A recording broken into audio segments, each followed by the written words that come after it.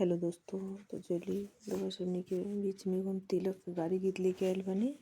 तिलक गीत अच्छा लगे तो लाइक शेयर और सब्सक्राइब जरूर करें जा। कमेंट बॉक्स में जरूर बताएं लोग कि गीत रउआ लोगन के कैसन लागल। अच्छा लगी तभी कमेंट करके बताएं लोग, ना अच्छा लगी तभी कमेंट करें लोग। तो चलिए रउआ लोगन के एगो तिलक के गीत सुनावे जाता नहीं, बहुत ही अच्छा बहुत लाजवाब गीत बा, जरूर सुन लोग, पूरा जरूर सुन लोग। तनी खाल ये सरऊ मटर पनीर तनी खाल ये सरऊ मटर पनीर तनी खाल।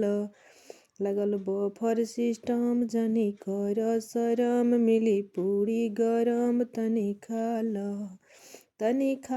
ये सरऊ मटर पनीर तनी खाल।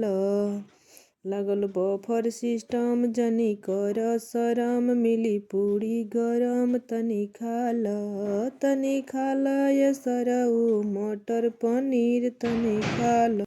कहीं लिट्टी रखल बा कहीं चोखा रखल बा, तोरा दीदिया के गरम समोसा रखल बा तनी खाल ये सरऊ मटर पनीर तनी खाल। कहीं दाल रखल बा कहीं पुलाव रखल बा, तोरा दीदिया के नींबू के सलाद रखल बा तनी खाल ये सरऊ मटर पनीर तनी खाल।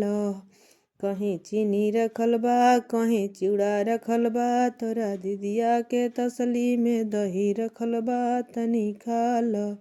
तनी खाल ये सरऊ मटर पनीर